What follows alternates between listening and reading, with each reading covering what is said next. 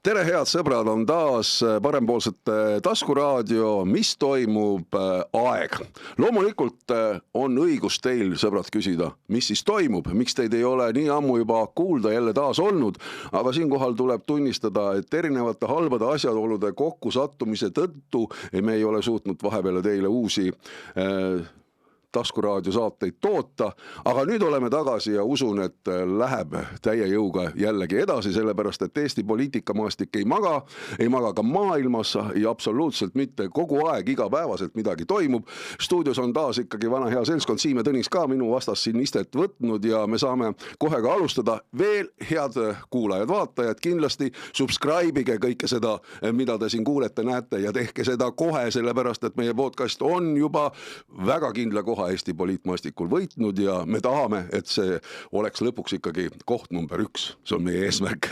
Aga mitte ainult sellest ei tahame rääkida, aga kindlasti rääkige ja jagage seda, see on oluline. Aga me alustame ikkagi sellest, et uus valitsus on vaikselt võtnud tuure üles, erinevaid, ütleme siis huvitavaid asju sealt ikkagi rahva ette tuuakse, on koalitsiooni läbirääkimiste aeg ja nad on seda välja öelnud, et teevad seda suhteliselt kaua ja pikalt ja põhjalikult ja nüüd on jõutud ka selliste asjade juurde nagu palgad. Ehk siis tegelikult, ütleme ausalt, juba väga kõva häälega räägitakse sellest, näiteks ka rahandusminister Jürgen Ligi on seda nüüd teinud, et tuleb ikkagi vaadata, et ametnike palkasid me ei saa hakata siin langetama, me ei saa midagi teha, tuleb hakata pigem tõstma ja ka see on ju absoluutselt pöördvõrdeline ja vastuolus sellega, mis varem räägiti, tuleb kaotada bürokraatiat, tuleb vaadata palganumbrid üle ja nii minnaksegi. No Tõnis, mis siis toimub siis Eesti riigis, et tõepoolest need lubadused, mis siin võib-olla mingisugused paar kuud tagasi või isegi kuu aega tagasi anti, ei kehti absoluutselt enam? Jah, ma hakatuseks ei saa muidugi mainimata jätta seda, et selliste pikkade põhjalike koalitsiooniläbirääkimiste aeg oli 2 aastat tagasi, kui kõik need erakonnad, kes täna valitsuses on, ehk siis Reformierakond ja Eesti 200 valimistel väga tugeva mandaadi said, et siis oli see aeg, kus ekspertidega maha istuda ja mitu kuud koalitsioonilepingut koostada, mitte nüüd, kui on 2 aastat juba võimul oldud, et nüüd peaks olema tegude ettenäitamise aeg ja need teod ei ole siiamaani olnud tegelikult mitte nagu rõõmustavad. Aga vastuseks sinu küsimusele, mis toimub, miks taas lubatakse palgatõuse, ma arvan, et vastuseid tuleb otsida sellest, mis on kõiki poliitikuvilisi Eestit ees ootamas sügisel, nimelt on meil valimiste aasta. Ja Eestis on saanud tavaks, et eriti need erakonnad, kes täna ka valitsuses istuvad, ehk Reformierakond eriti, valimiste eelsel ja valimiste aastal alati lubatakse raha jagada. Lubatakse palku tõsta, lubatakse rohkem toetusraha kõikvõimalikele nagu pehmetesse valdkondadesse, sest arvatakse, et see toob valimistel parema tulemuse ehk konverteerub häälteks. Ja me kõik nägime seda eelmiste Riigikogu valimiste eelsel perioodil, kui lubadused läksid täielikult üle piiri, selle tulemusena lükati Eesti riigieelarve ajalooliselt suures mõõdus tasakaalust välja ja seda suppi me helbime nüüd kõik tänase päevani ja on väga suur oht, et kuna vahepeal on suudetud 1 kvartali tulemuste põhjalt teha optimistlikke uudiseid, et majandus on põhjast läbi käinud ja majandus hakkab veidikene nagu taastuma, siis on ju nagu hea öelda, et nüüd me saame kõik need varem tagasi hoitud raha laiali jagamise lubadused uuesti lauale tõsta ja läbi rääkima hakata, et kellele kui palju palgatõusu lubada. Nii et ma arvan, et see ongi väga lihtne seletus, mis toimub. No aga see on ju tegelikult ilmselge ülbus siis Eesti inimene peaks olema täiesti, ma ei tea, ei saa siis üldse nagu millestki aru, et kui sa kuu aega tagasi räägid sellest, et bürokraatiat tuleb vähendada, palkasid tuleb vähendada ametnikele ja täna räägitakse teist juttu ja kõik vaatavad rahulikult pealt, oi kui tore, täitsa mõistlik ettepanek, muidugi on vaja ilusti palka tõsta ja niimoodi edasi liikuda. See on jah, me siin kõik imestame, kuidas Trump suudab ühel hommikul rääkida ühte ja sama päeva õhtuks juba midagi muud. Sama poliitika hakkab tulema. Ütleme, et Eestis on see tsükkel veel natuke pikem, et sama päeva sees seisukohti ei suudeta nagu muuta vast, aga ütleme nädalaga juba suudetakse nagu täiesti vastuolulist juttu ajada meie valitsuse esindajate poolt, et see on küll hämmast, aga muide osavalt on suudetud jätta inimestele mulje, et meil nagu avalikus sektoris palgad ei tõuse, et kuidagi see selline mõnus, selline sorav viring kogu aeg käib, et oi, et nii raske, me oleme siin hirmsast, see on sama nagu selle suure kärpimisega, et küll me oleme siin jubedalt kärpinud, aga siis vaatad eelarvenumbreid, oih, et eelarve on hoopis kasvanud kokkuvõttes. Et tegelikult see sama seal palkadega, et muide üks väga hea kommentaar on Postimehe ajalehes Tõnu Mertsinalt, kes on Swedbanki analüütik, et ma võtsin selle nüüd veel spetsiaalselt ette, et ta ikkagi väga hästi soovita kõigi lugeda, väga hästi kirjeldab selle ära, et ütleme, et kuidas seda nagu siis seda, mille vastu sa võrdled seda avaliku sektori palgakasvu, et kokkuvõttes ikkagi selle majanduse või kogu selle jõukuse vastu, mis meil on, et kui kiiresti see kasvab. Tema ütleb, et nii nagu erasektori puhul tuleb vaadata seda tootlikkust, et kui ettevõtte tootlikkus kasvab, siis sul on ka neid võimalusi seda palka tõsta. Aga tegelikult ka seda avaliku sektori palkasid peaks samamoodi selle erasektori või tervikuna meie majanduse tootlikkuse vastu võrdlema. Aga muide, ta toob siin ilusti välja, et Statistikaameti andmetel kasvas riigile kuuluvates asutustes möödunud aastal keskmine palk 6,2%. 6,2%. Normaalne rohkem kui erasektoris loomulikult, taaskord, nagu ikka. Et kogu see nagu jutt, et ärge uskuge, kui teile räägitakse seda jutt, et oi, et nii raske üldse palgad ei tõusevad, kogu aeg tõusevad, siiamaani tõusid, et kui nüüd öelks, et nüüd lõpuks võtame piduri maha, ei, pidurit ei olegi peal olnud selles mõttes. Või ma ei tea, kui ei oleks pooled pidurit peal, kui palju siis oleks 12 tõusnud, ma ei tea, aga ta toob siin ka välja, et Rahandusministeeriumi selle aasta prognoosis kasvab tootlikkus meil järgmine aasta 3,2% ja Swedbanki hinnangul isegi natuke rohkem, 3,5%. Samal ajal välja käidud palgakasv 5,1%. Ehk siis jälle tahetakse panna, et kokkuvõttes nagu palgatõus läheb meil sellest tootlikkuse kasvust eest ära. Ja ütleb siin ka Mertsin, et juba käesoleval aastal on meil avalikus halduses palgad kasvanud 7,9%. Et loen neid numbreid ja siis täielik vastuolu sellega, mis meil tuleb valitsuspoliitikutelt see jutt ja see, mis nüüd tegelikult elu ja mina ei kahtle nendes Mertsina numbrites. Ta viitab konkreetselt ka Rahandusministeeriumi prognoosidele, mitte mingitele enda isegi mingitele numbritele.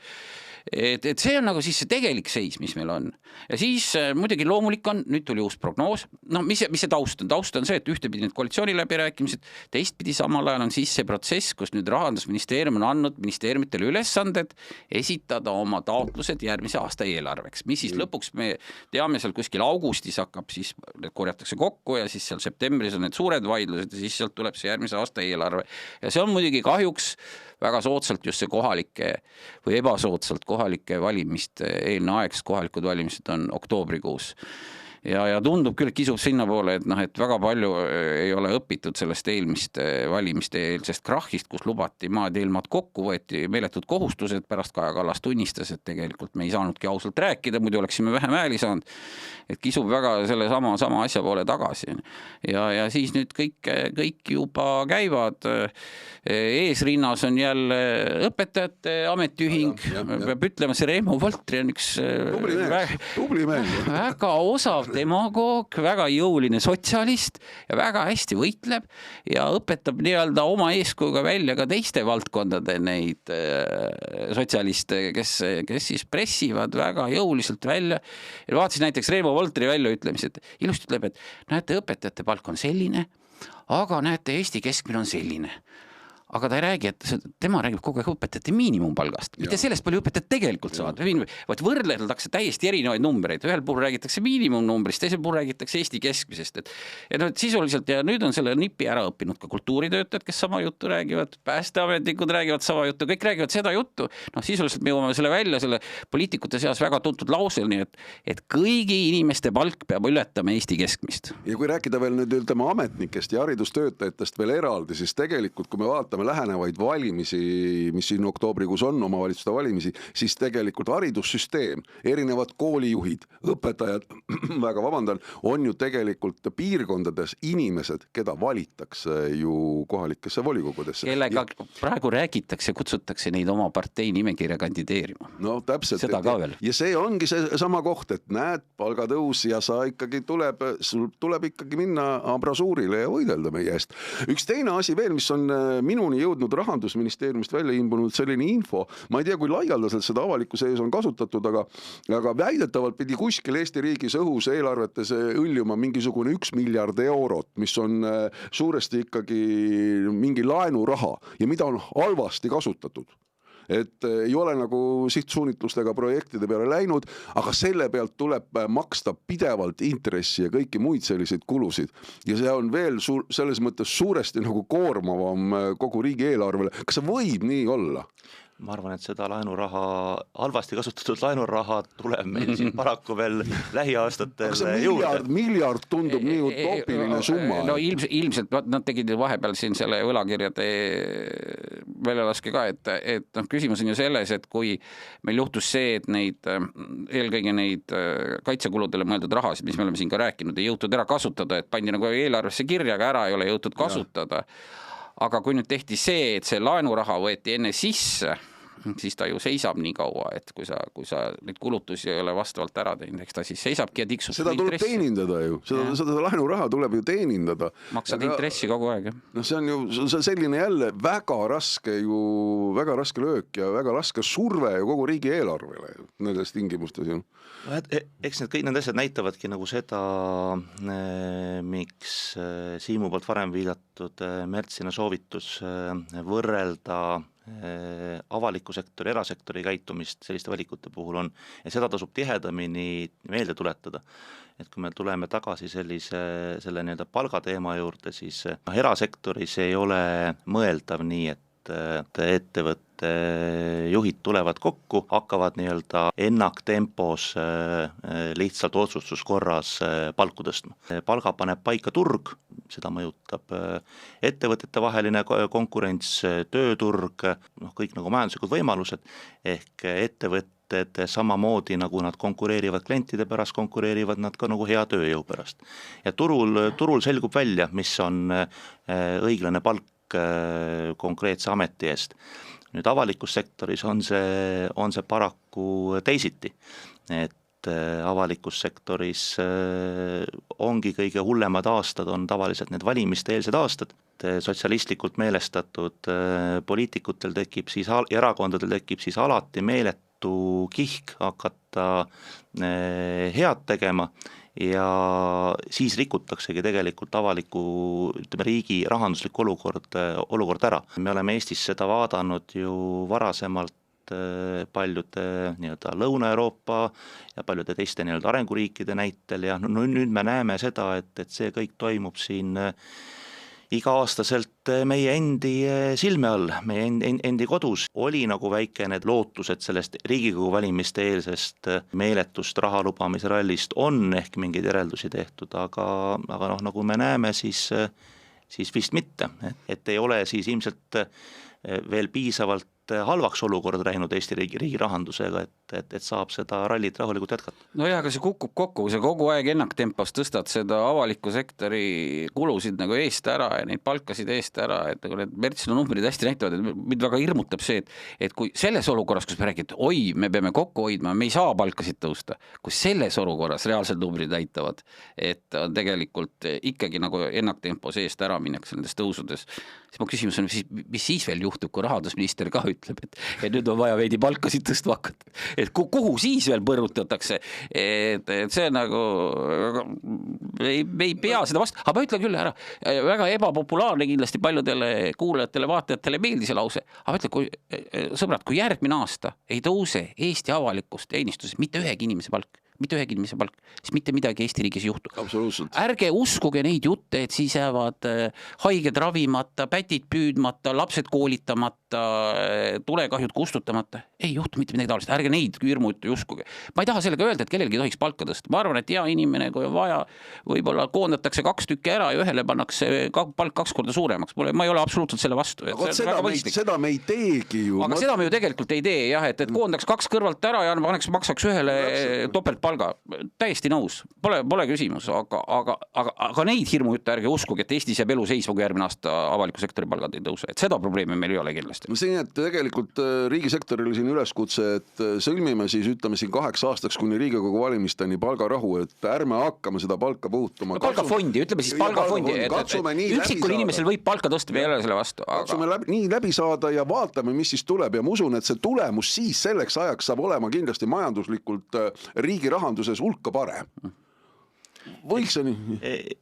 Loomulikult ma arvan, et see võikski olla valitsusliikmete sõnum nüüd kõikidele nendele ametiühingutele, kes siin Reemo Voltri sabas ennast üles on rivitanud, et ainukene kokkulepe, mida me sõlmida saame, on see, et me ei tõsta mitte me ausalt välja, et me ei tõsta mitte kellegi palka järgmisel 2-3 aastal või kuni meie riigieelarve uuesti tasakaalus on. Enne ei tõsta. Ja ma vaatan, et need ametiühingud on selgeks õppinud veel ühe huvitava uue argumendi, et väide on neil siis see, et kuna paljudel kõrgematel riigiametnikel on palgad indekseeritud, et siis nüüd peaks tegelikult kõikide avaliku sektori teenistujate palkasid indekseerima hakkama.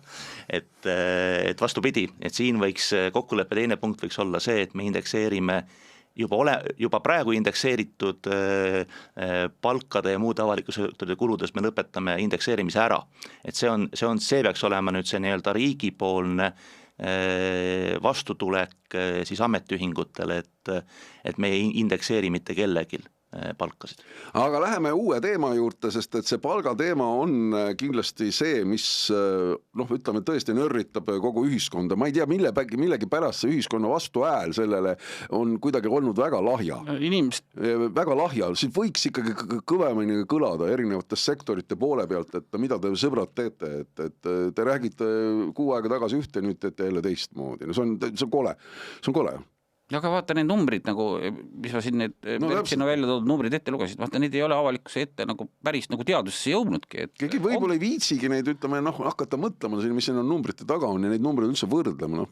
Eks selle numbrite taga on ka see, et kuna räägitakse ju ka palgafondide kasvust, siis ühes küljes kütab seda tagant ju ka see, et meil on järjest rohkem avalikus sektoris palka saavad inimesi.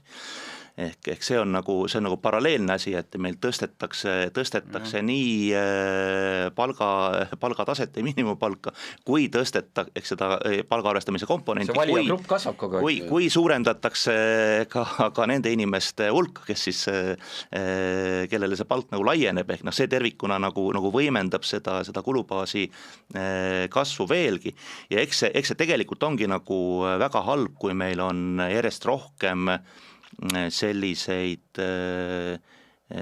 nii-öelda palgasaajate rühmi, kelle sissetulekuid tõstetakse kollektiivselt. Et mina jagan ikkagi seda vaadet, et tegelikult vastutus, näiteks võtame sama koolide näite, et ega siis minister Kristina Kallas, kui tema istub Reemo Voltriga läbi ja hakkab mingisuguse palgaläbirääkimisi pidama, siis vabandust väga, aga Kristina Kallas ei vastuta mitte kuidagi selle eest, mis toimub konkreetses koolis. See vastutus on koolipidajal ja see vastutus on koolijuhil.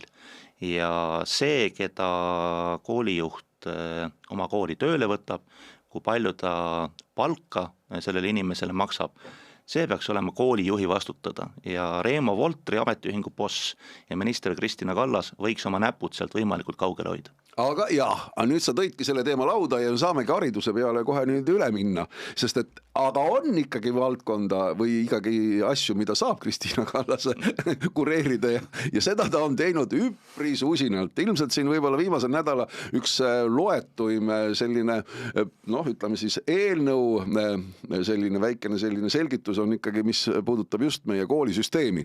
Ja me siin Siimuga vahetult enne salvestust kuulasime siin ka neid asju veel korra üle, siis see, mida siis praegu haridusministeerium plaanib ja seda juba alates selle aasta 1. septembrist, nagu ma olen aru saanud, kasutusele võtta ja mismoodi siis peab üks korralik Eestimaa kool välja hakkama nägema, no see on tõesti midagi sellist, no mille kohta on ikka raske öelda, et see ei ole enam selline mingisugune kommunistliku režiimi kindel selline, noh, ütleme klausel, kus täidetakse kindlalt selliseid asju. Võtame kas või selle söögiasja, sest ma olen oma elus olnud võimalust töötada olnud sellises suurepärases autotehases nagu Toljatti autotehas ja seal oli nagu selline kellaaja pealt täpselt, sa pidid sööma minema, sa jooksid söögisaali, sul oli ees juba supsik, sõid selle suttu ära, kõrvalt tuli tädi Kausi selle käruga, lükkas tõstis prae, kompott oli laual, panid selle kinni, vaatasid kella, läks täpselt nii palju oli jooksnud ja nüüd vile käis uuesti tööle. Midagi sellist ju tegelikult, kui võtta aluseks neid nõudeid, praanitakse praegu ka Eesti riigis ja Eesti koolides. See oli jah, minu jaoks kõige hämmastavam see nõue, mis seal kirjas oli, et viimistluspinnad ei tohi olla läikivad. Vabandust, ma ei ole valdkonna asjatundja, huvitav, mis need läikivate pinnadega on, et miks näpujälgi jääb palju peale. Haridusminister peab koolile ette kirjutama, et mingi pind ei tohi olla läikiv. Mis siis juhtub lastega, kui nad näevad läikivat pinda koolis või puutuvad see võib-olla tõesti? Aga no seal oli nii palju, Tõnis kindlasti, ma tean, Tõnis tahab kindlasti meile oma kirest muruniitmisest seoses võib-olla rääkida ja nii edasi, aga see on jälle selline mulle lapsevanemana, mul on 5 last ja osa jätkuvalt käivad koolis ja minu jaoks ma loen seda haridusministri määrust, et ma räägin oma laste pealt, aga osa lapsi ei saanudki hommikul selles esimeses vahetuses kooli minna, sest koolis ei olnud nii palju neid vabu klassiruumi, et oli ülekoormus ja ta käis laps läheb teises vahetuses üldse.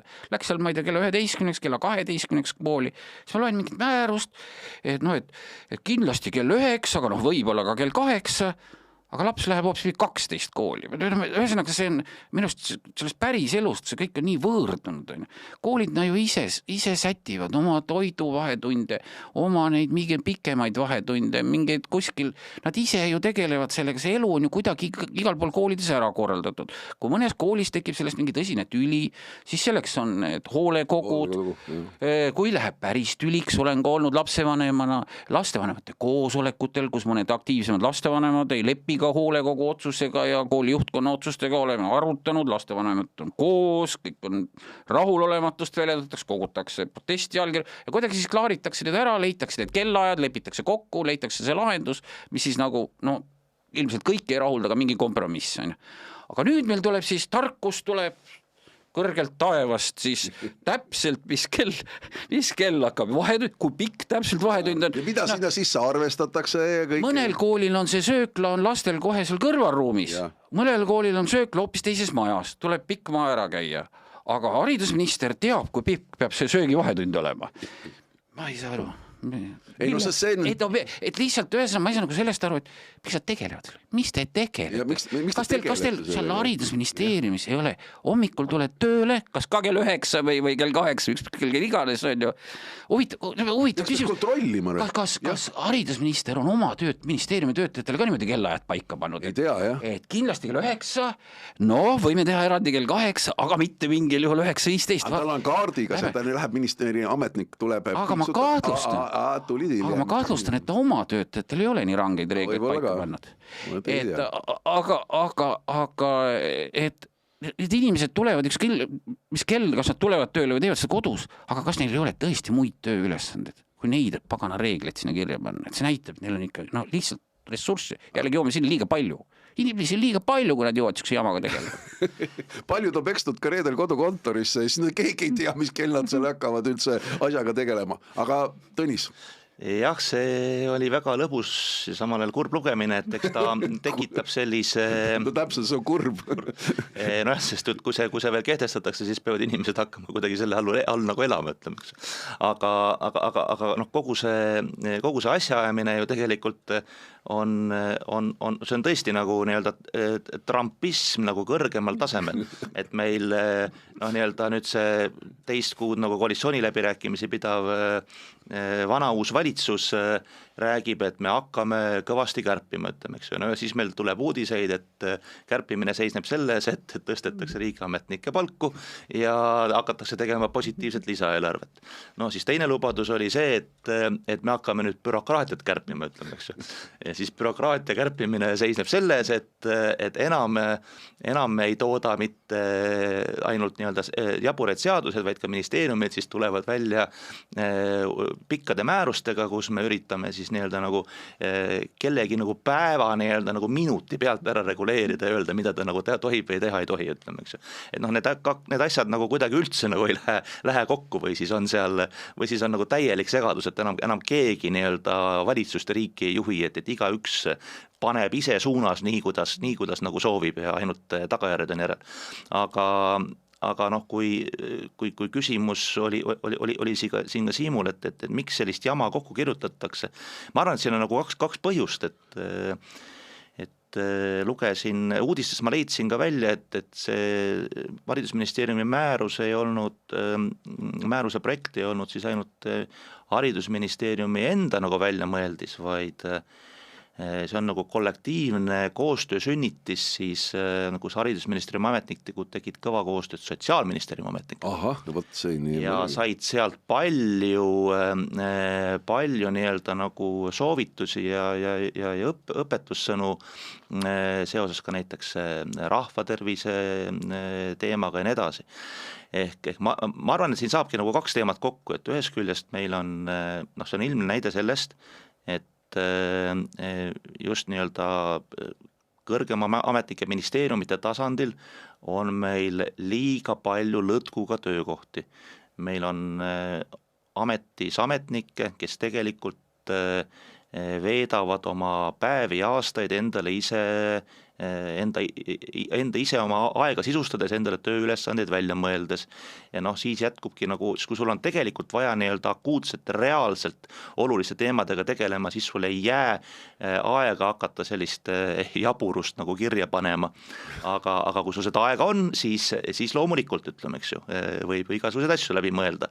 Ega see ei ole ainult kirja panemine, ma saan aru, et sellele on eelnenud kindlasti ka töötoad ja kohtumised ja on kõvasti meile saadetud kohvikeedetud ministeeriumite vahel omavahel külas käidud ja nii edasi. Et üks on puhtalt see nii-öelda bürokraatia ametkonna paisumine, aga ma arvan, teine, mis on võib-olla isegi veel muret tekitavam tendents on see, kust ma just näen nüüd need sotsiaalministeeriumi kõrvu paistmas. No, see on see nii-öelda ehtne padusotsialistlik nagu mõtteviis, et inimesed ise ei saa oma eluga hakkama.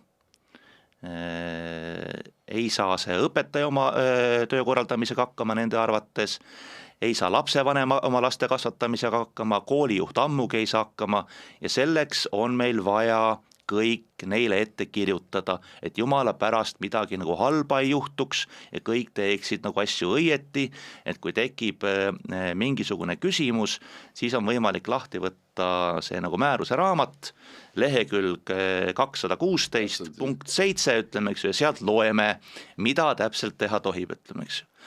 Ja et jumala pärast keegi kuidagimoodi midagi teistmoodi ei teeks.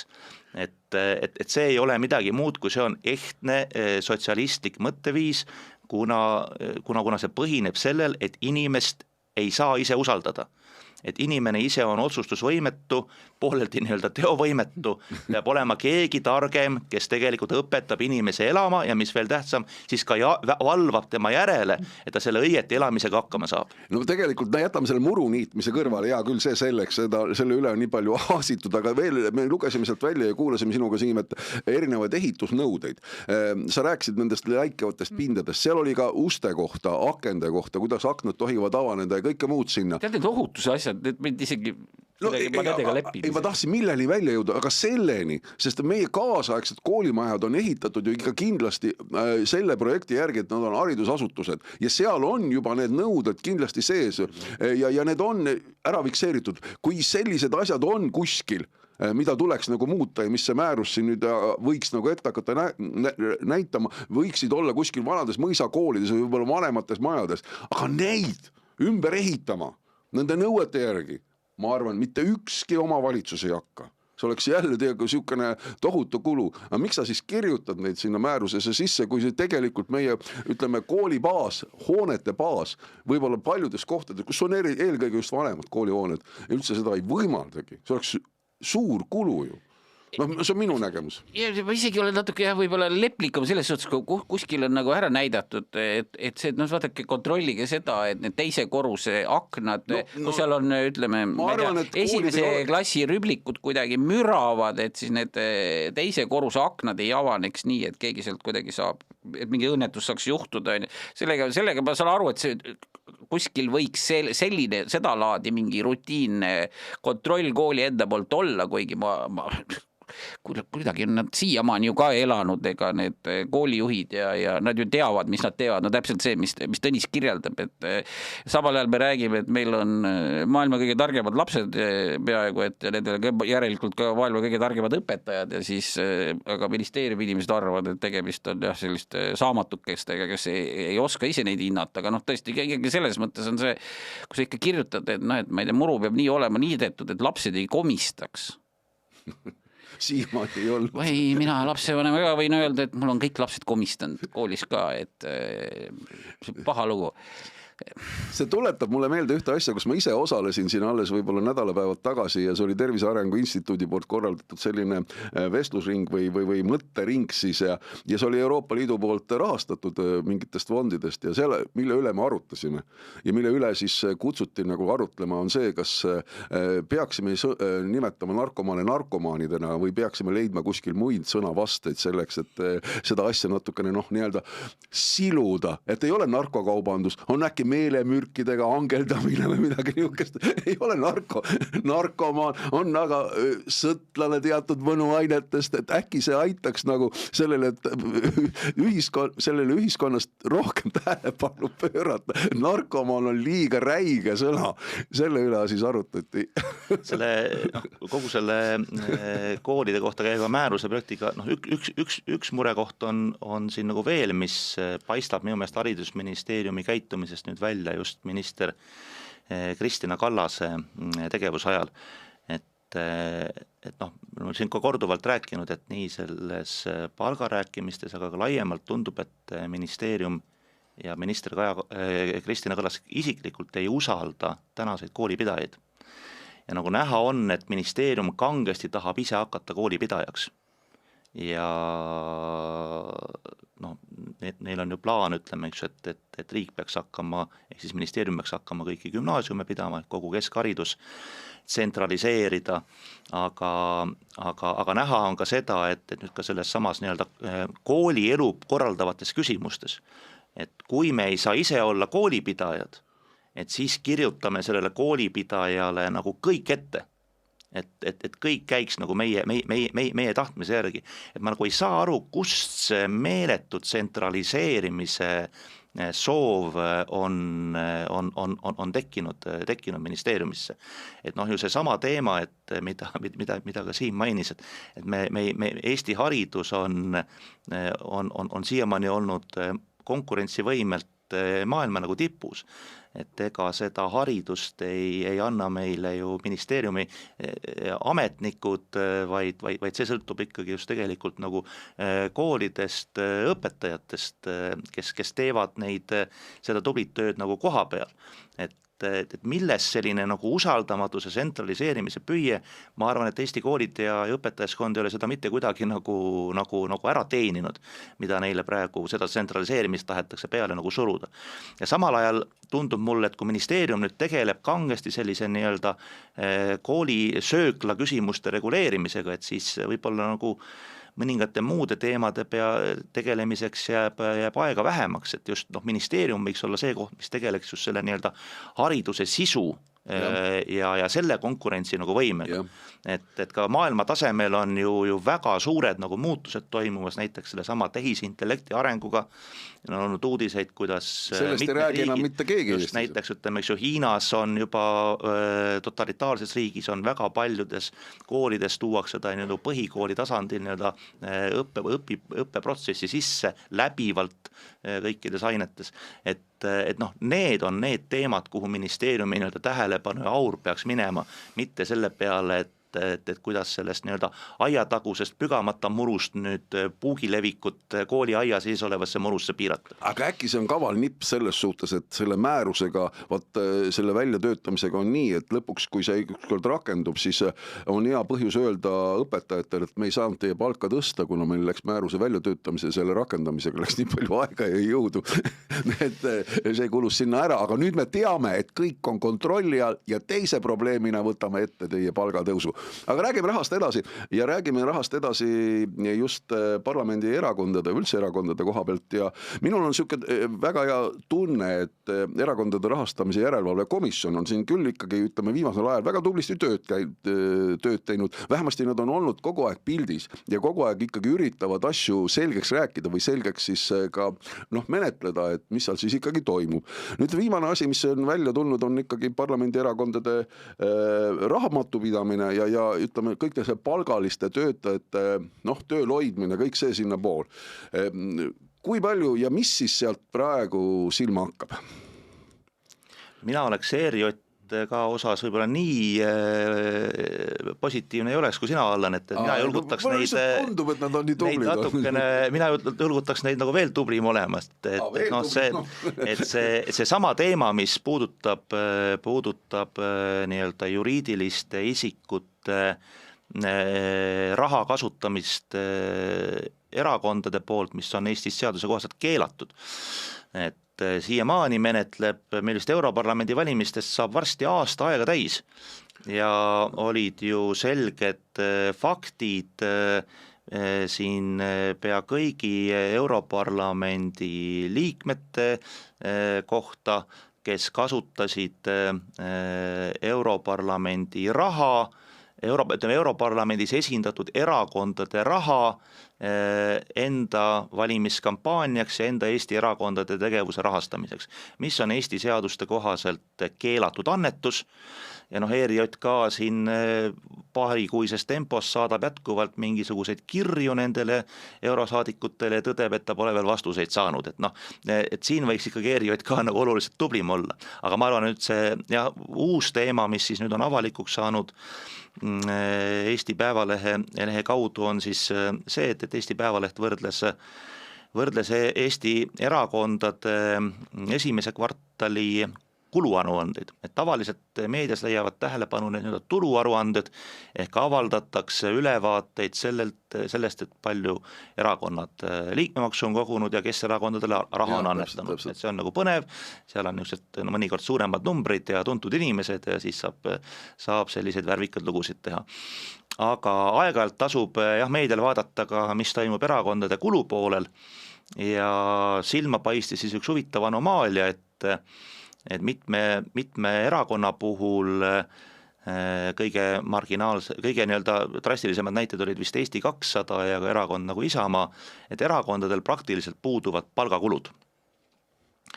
Ja ometegi see aparaat on olemas. Ometegi on aparaat olemas, et võib-olla siin peab mõne sõnaga rääkima, et mida nagu erakond üldse tähendab organisatoorses mõttes, et erakond ei ole nii-öelda ainult vabatahtlikul tööl põhinev organisatsioon. Loomulikult see vabatahtliku liikmete energia ja panus erakonna töösse on nagu oluline, et erakonnas ei ole ainult nii-öelda valitud poliitikud, seal on tõesti nagu aktiivsed liikmed, kes väga palju seda nii-öelda poliitikatööd teevad just nagu kohtadel ära, aga ainult vabatahtlikkuse peal see ei toimi, et erakond peab olema selleks, et ta suudaks nagu valimistel edu saada, peab erakond toimima siiski professionaalse organisatsioonina ja selleks on erakonnal teatud nii-öelda põhifunktsioonid, mida ta peab alati nagu ära täitma.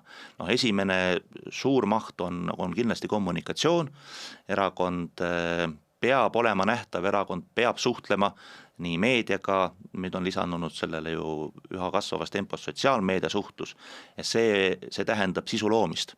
See tähendab seda, et lisaks nendele nii-öelda erakonna poliitikutele peavad erakonnal olema ka kommunikatsioonitöötajad, kes siis aitavad kõike seda kirja panna ja avaldada. Seal on nii sisulisi kui tehnilisi asju, mida on päris palju nagu teha, mis on aeganõudev, ja selge on see, et päris ilma kuluta seda teha ei saa. Teiseks on erakondadel liikmeskond ja organisatsioon.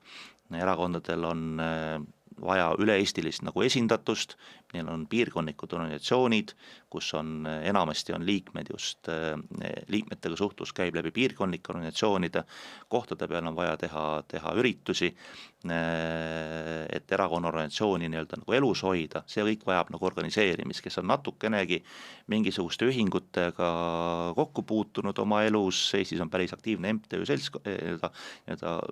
kogukond, see teab, et võib olla ju nagu lihtne öelda, et noh, teeme ühe seminari, aga kes on seda kunagi korraldanud, teab, kui palju on seal tegelikult detailseid nagu asju, mida tuleb nagu organiseerida.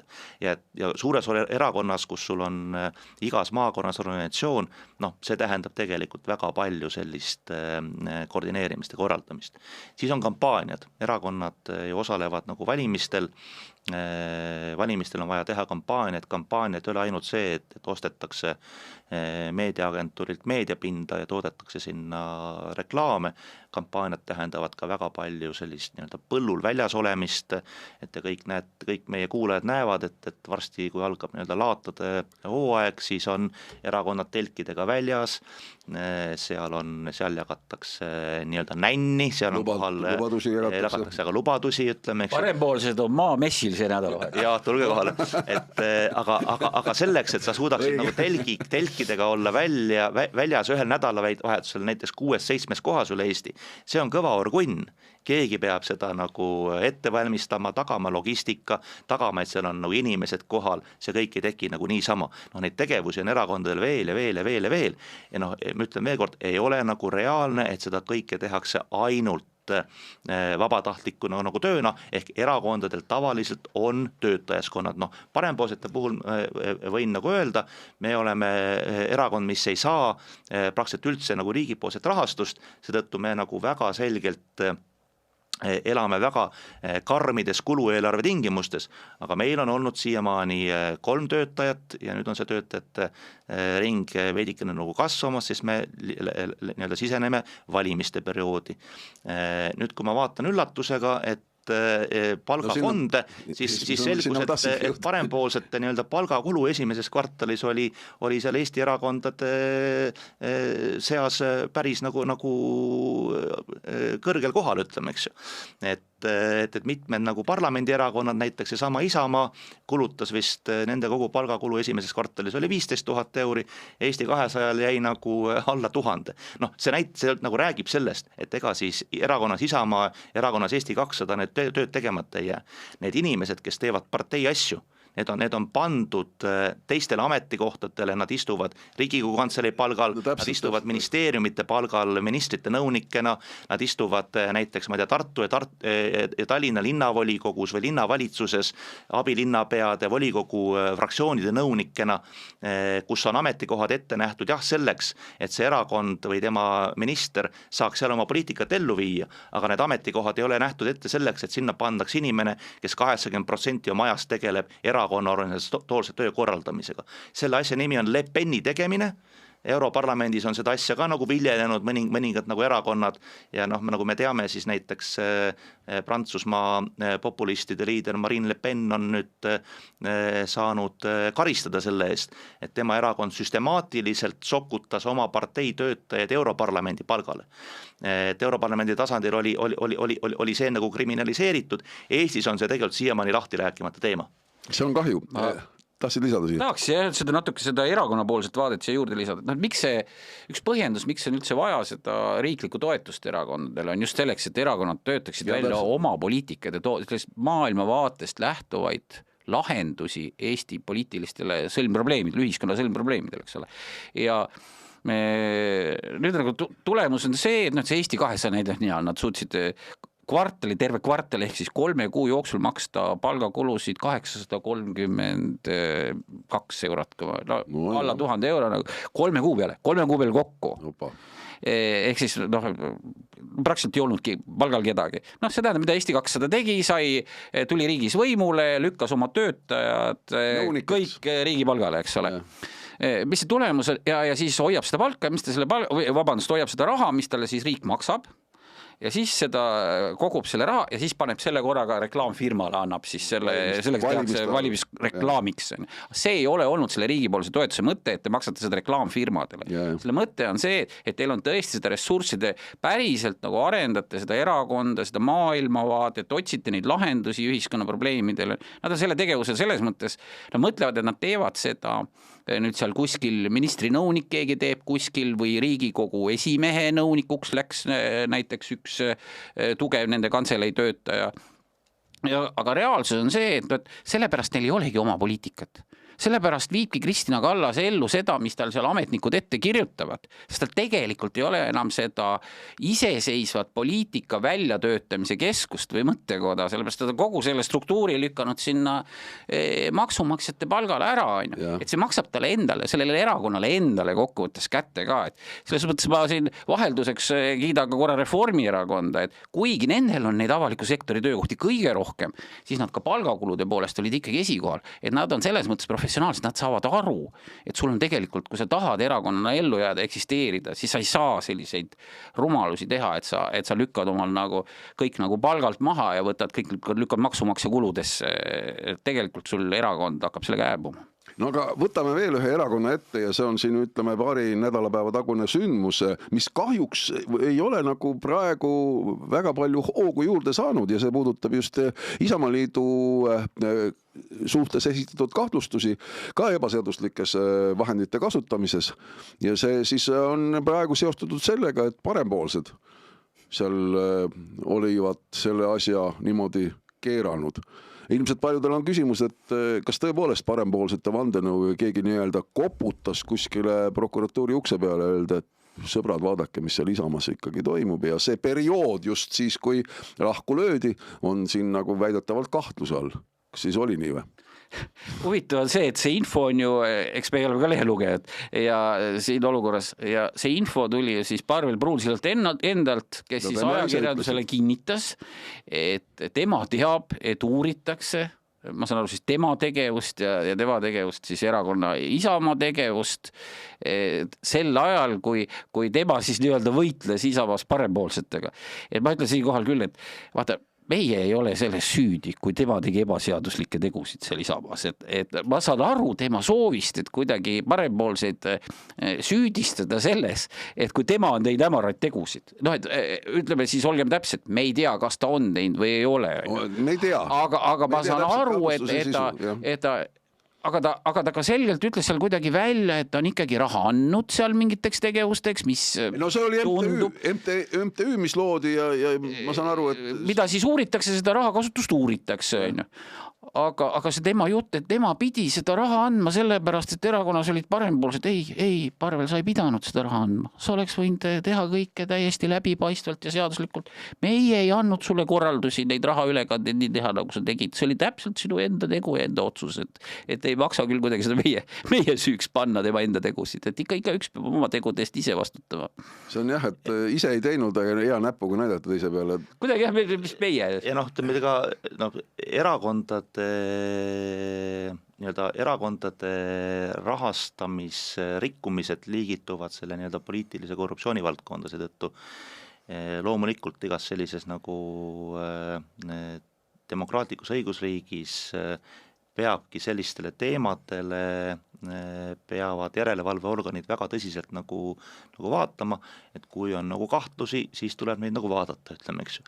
Ehk kui tõesti, ütleme, eks ju, midagi nii-öelda uuritakse ja ma saan aru, et uuritakse, sest tõesti ka Parvel Pruunsild on seda ise avalikult ju kinnitanud, ega siis kui uurimine, siis uuritakse, ütleme, et ma arvan, et kui Isamaa erakonnal võiks ju olla väga hea meel, kui uuritakse ja selgub, et kõik on toimunud korrektselt vastavalt kehtivatele seadustele. siis on ju väga hea, on võimalik ka Isamaa erakonnale öelda, et on saanud kinnitust, et kõik toimib suurepäraselt. Aga kui selguvad teistsugused asjaolud, siis on olukord tõsine. Ehk probleem ei ole mitte selles, et keegi uurib seda, et kas erakonnad järgivad Eestis nagu seadusi erakondade rahastamisel. Probleem on siis, kui neid seadusi nagu rikutakse. Me oleme seda näinud Keskerakonna puhul ju nii-öelda pika tsükli jooksul. Ja see on saanud Keskerakonnale nüüd ka erakonnana väga nagu saatuslikuks, ütleme, eks ju. Ja ma Isamaa poliitikuid kutsuks küll nagu väga tõsiselt järele mõtlema, et kas neil on mõtet oma erakonnas samasuguseid praktikaid juurutada. Aga see meie saade, mis osutus väga populaarseks, kus sa tõid kaasa siia Pruunsilla märkmikku ja me siis seal arutasime neid väljavõtteid sealt, et ega vaieldamatult, see jällegi meie lugesime Tõnistai märkmikku. et jällegi, eks ole, meie tugineme ainult nagu lehes loetule, aga see jättis veidra mulje küll, ega see head muljet ei jätnud. No tegelikult selle tuules ju Isamaa Liidu liidrid, Urmas Reinsalu, Andres Metsoja, tegelikult on ju pidevalt väitnud, et nemad sellest ei tea midagi, neid ei ole isegi üle kuulatud, ei ole dokumente küsitud ja lõpuks ikkagi Metsoja mingi paar päeva hiljem tunnistas, et ikka midagi on meil siit nagu küsitud ja vaadatud ka. Aga mina ei arvagi, et nemad ei pruukinudki isiklikult sellega kuidagi seotud. Ma arvan, et nüüd, kuna sellest on nii palju räägitud, et siis aeg-ajalt mulle meeldib siin ajakirjanikele soovitusi jagada, et mina ka kuulasin need Metsoja ja Reinsalu intervjuusid, et ma saan, et alguses Reinsalu oli peidus, Metsoja andis kommentaare, ütles, et tema ei tea mitte midagi, ütleme, eks ju, ja samal ajal võib lugeda Parvel Pruunsilla kommentaare, et tema teab, et küsige siis sellelt Metsojalt, et kui keegi ei tea, et sa küsid Reinsalult ja Reinsalu ei tea mitte midagi, küsid prokuratuurilt ja prokuratuuri vastus, aga sa Pruunsilla käest oled küsinud, et helista siis oma erakonna liikmele Parvel Pruunsillale, oma erakonna suurimale rahastajale, tema ju teab, küsi tema käest, saad targemaks, mis ta siis rääkis, ütleme, eks ju, Metsoja sulle, seda küsimust võiks Metsoja käest küsida ajakirjanikud. Aga kas see ei ole mitte tõsi, et pärast seda jama Isamaaga, kui hakkas see sama jutt peale, et parempoolsed on kõigest süüd ja hakkas ka Isamaa reiting kuidagi langema. ikkagi vist ma kahtlustan siin mingisugust vandenõuteooriat. Mina ei usu, et see on mõjutanud Isamaa reitingut.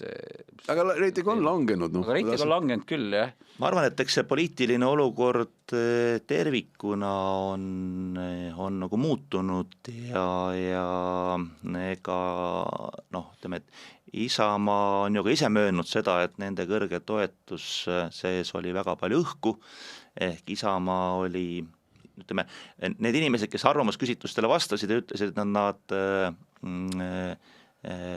nende erakonna eelistus on täna Isamaa, nende seas ei ole kõik kindlasti veendunud pikaajaliselt väljakujunenud Isamaa poliitika toetajad, vaid sealt kaudu väljendati protesti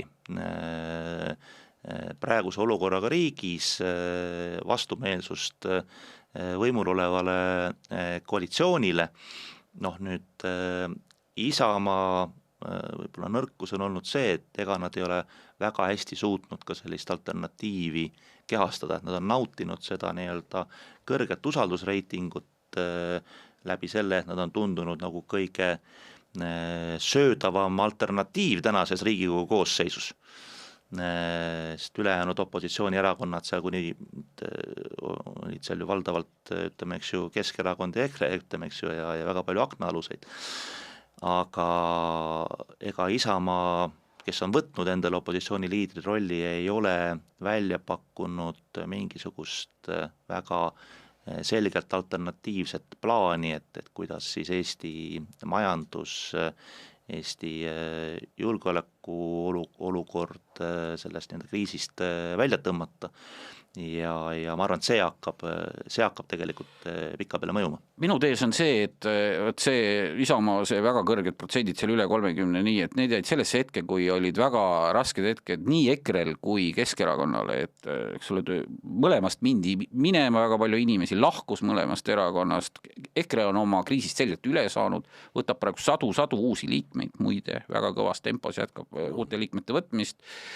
Ka Keskerakond, nende toetus kasvab eelkõige venekeelsete inimeste arvelt, aga nendel on mingil määral tõusnud ka eestikeelsete inimeste toetus, et lihtsalt minu tees on see, et see on pigem need lihtsalt need valitsuse vastu olevad hääled on mõnel võrra liikunud Isamaa tagant tagasi EKRE võib-olla ka Keski taha. Ma arvan, et see on eelkõige see muutus. Me oleme täna väga palju rääkinud eelseisvatest valimistest ja ilmselt järgmise poole aasta jooksul kogu see kõik jutuajamine ka umbes sinna kanti jõuab.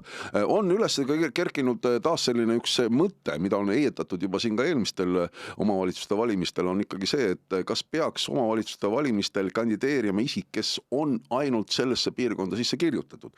Ehk siis tegelikult me juba lubame ju suurtel poliitilistel parteidel ka omavalitsuste valimistel kaasa lüüa, ei ole see väga enam regionaalne ja sama on nüüd hakatud selle üle diskuteerima, et see inimene, kes seal kandideerib, peab olema kindlasti selle omavalitsuse nii-öelda hingekirjas. Kuidas siin sellesse suhtuda? No võtame Eesti kõige prominentsemad näited, et Tallinna linnapead, meie kõige väljapaistvamad omavalitsusjuhid. Edgar Savisaar ei teinud saladust, et ta kodu oli ikkagi ka linnapeana viimastel aastatel Lääne-Virumaal. Undisilmal. Taavi Aasa puhul räägiti tema kodust Põltsamaal.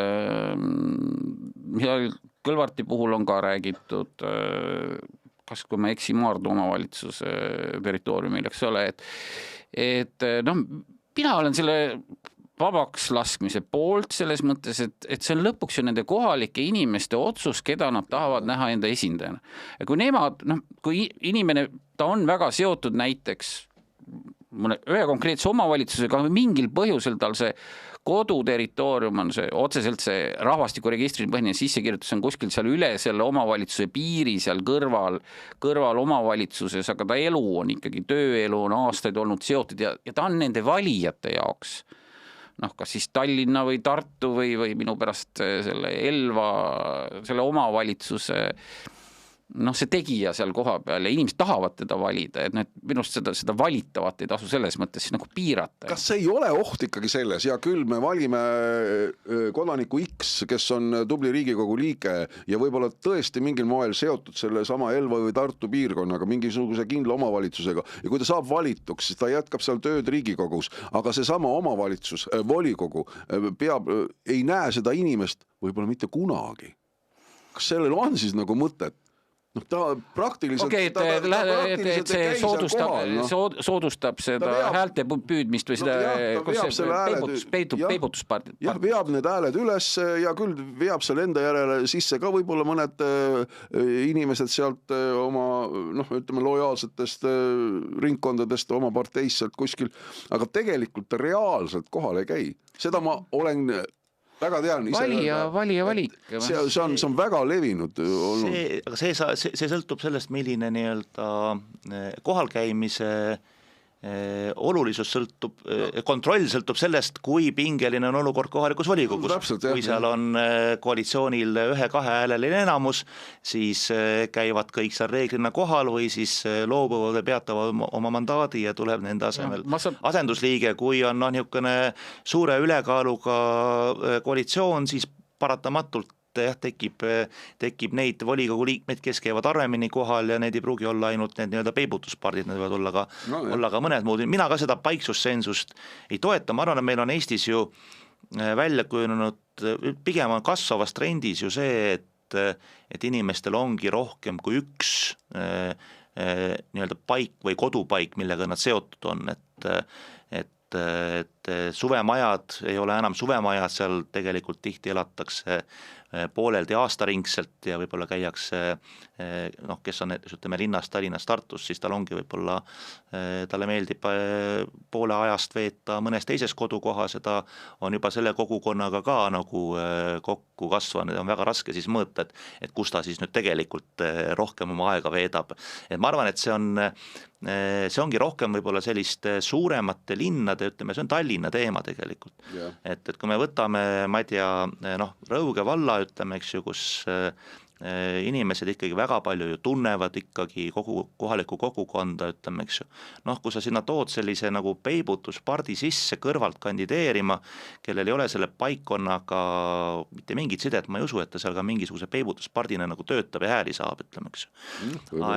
Et noh, Tallinn on nagu see koht jah, kus siis, kuhu ilmselt erakondade tugevamad häälepüüdjad nagu kokku tuuakse, aga noh, Tallinna Päina volikogu ongi väga palju ka selline nagu koht, kus see üleriiklik poliitika ja kohalik poliitika kokku põimuvad. Tallinna valitsusliit käib küll hoolega kohale, et mulle küllalt kirjeldatud, kuidas neljapäeva õhtul lükatakse hääletus väga hiliseks, siis seal kõik vahepeal täidetakse suhteliselt mõttetute punktidega, veedetakse aega, et Jüri Ratas jõuaks Brüsselist tagasi, jõuaks saali hääletama, siis nii kaua kogu see volikogu istub vaesekesed ja tegelevad aja veetmisega selleks, et Jüri Ratas jõuaks hääletusajaks kohale.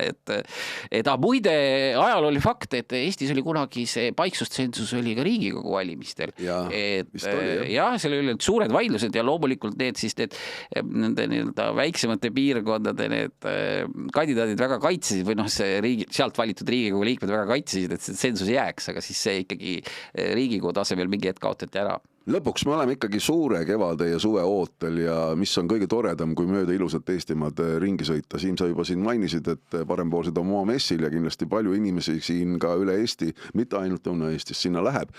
Aga kurvaks teeb see fakt, mis siin nüüd ka välja on tulnud, et kogu seda liikumist ja suurt suvist liikumist ja juba pikemalt aega on siis meid jälgitud väga tähelepanelikult ja erinevate siis kaameratega kõik ilusti ära fikseeritud, et neid jälgimisi ja kokku neid andmeid räägitakse või on kokku kogutud miljonites. Ehk siis on need sellised, noh, ütleme numbrituvastuskaamerad, mis siis kogu aeg meid nagu jälgivad. Kuidas sellesse siin suhtuda? Siin on taas tekkinud selline elav diskussioon, et kas see ei ole niisugune ebaseaduslik jälitamine? See oli ikka just šokeeriv, kui sa küsid, kui sa suhtud, minu reaktsioon oli ikka... Aga me kaitseme sellega oma riiki äkki, ohjame kuritegevust. Kui ma ikkagi loen, et 3 kuud säilitatakse pilti sellest, kus ma olen autoga mingist kohast läbi sõitnud, siis vajadusel seda kuidagi kasutatakse, ma ei saa täpselt kui see oleks nagu väga selge ja läbipaistev, et kuidas siis kasutada, ma ei saa ka aru, kuidas kasutatakse, kas siis keegi vaatab või ei vaata või mis olukorras ta vaata või millal ei vaata, et kuna ma saan aru, et ei ole selle kohta ka mingeid reegleid või ma ei saa kuskilt lugedagi isegi mingit, nüüd ma tahaks küll lugeda erinevalt sellest, et kas koolis peavad pinnad olema läikivad või mitte läikivad. Nüüd ma tahaks sellises kohas, ma tahan küll väga täpselt lugeda, et mis nende õigused siis on sellega seoses minu selle auto pildistamisega, no ikkagi kui mina seal rooli taga selle pildi peale jään, et mida nad sellist teha võivad, mis olukorras nad teha võivad, selle koha pealt tuleb küll täpne olla, aga siin on mingi täielik nagu hoomamatus, mingi häma, et me siin kuskil kanalat tahetakse ehitada, see on kogu ühiskond ärevil, tohutud arutelud, inimesed kogunevad saalitäite kaupa, aga nüüd, kus siis on sellised asjad tulevad, isegi valitsusliikmed, ei, ma ei tea, et minust see on nagu tohutu vastuolu, et see tuleb ikkagi väga tugevalt võtta nüüd nagu luubi alla selgeks teha, et mida siis võib, ühiskonnas tuleb see asi läbi arutada selgelt. Jah, sellist nii-öelda, ma saan aru, et tõenäoliselt on tegemist mingisuguse sellise kaamerate ja sealt tekivad andmete kogumiga, mis on nagu suhteliselt nagu kontrollimatult nagu kasvanud, et kuskil hakkas piirikaameratest peale, siis tõepoolest on olnud kogukondades ja omavalitsustes nagu soove neid nii-öelda ka avalikus alas teatavaid turvakaameraid nagu paigutada, ütleme, eks. Ja siis äkki on see nii-öelda läinud nagu paisunud nagu suureks, et on sajad kaamerad ja kogu see tegevus toimub nagu täiesti teadmata alas, et kes ja kuidas neid andmeid üldse nagu haldab, nagu kasutab, et selle kohta tundub, et ei tea nagu keegi mitte midagi, vot see on see nii-öelda nagu halb pool, et ma ei väida tingimata, et neid nii-öelda kogukondade soovil neid turvakaameraid ei tohiks kuskil nagu olla, sest ma saan, et tegemist on teistsuguste kaameratega kui nii-öelda näotuvastuskaamera, aga aga see asi, nagu Siim ütles, väga nõus, see asi ei saa kindlasti käia nii-öelda nagu täiesti nagu kontrollimatult ja mulle tundub, et siin on ka järjekordne nagu kärpekoht, et noh, sellist nagu andmebaasi, andmemassiivi, et see, ma väga kahtlen, kas see toimib 100% nii-öelda tehisintellekti pealt, et ma kipun arvama, et seal politsei Piirivalveametis, seal on ikkagi mingisugune ametnik või tublid ametnikud, kes siis kuidagi nagu käitavad seda süsteemi ja nagu ka otsustavad seda, et kes siis mingitele andmetele nagu juurde pääseb ja nagu edasi ütleme, eks ju. Et kui ministrid siin ütlevad, et nad on kõik oma haldusala nagu ükshaaval läbi käinud ja vaadanud, et no tõesti enam kuskilt ei ole ühtegi nagu kärpekohta nagu leida ja siis tuleb välja seda, et seal ametkonnas on nii-öelda mingisugune suur nagu baas, kus andmeid säilitakse ja neid pidevalt ilmselt ka keegi seal nagu vaatab, ütleme, eks ju, see on ju ajakulu, see on nagu töökulu, ütleme, eks ju, et see jälle see jutt ei lähe nagu kokku. Mingi eelarverida, millest siis nagu ei teatagi, jah? Teate, miks Tallinna lennujaam ei anna välja turvakaamerate videosid, mis on tehtud nagu turvaalal väga ekstremaalsetel juhtudel, kui on ikkagi väga tõsine oht. Aga miks? Aga sellepärast, et ei ole vaja teada, kellega sa lennuki peale läksid. Väga õige, väga mõistlik inimlik. Väga mõistlik, aga näed, need andmed, kus sa kellega autos sõidad, on kättesaadavad. Selle teadmisega siin, head sõbrad, ka tänaseks lõpetame ja loomulikult nautige kevadet ja kindlasti, kui teil on midagi küsida, siis küsige meie käest ja no me oleme siin juba korduvalt lubanud, et võtame need teie küsimused ette. Küll me seda ka teeme ja egas midagi, mis toimub taas juba siis 2 nädala pärast. Jääge terveks ja veel kord nautige kevadet. Aitäh teile!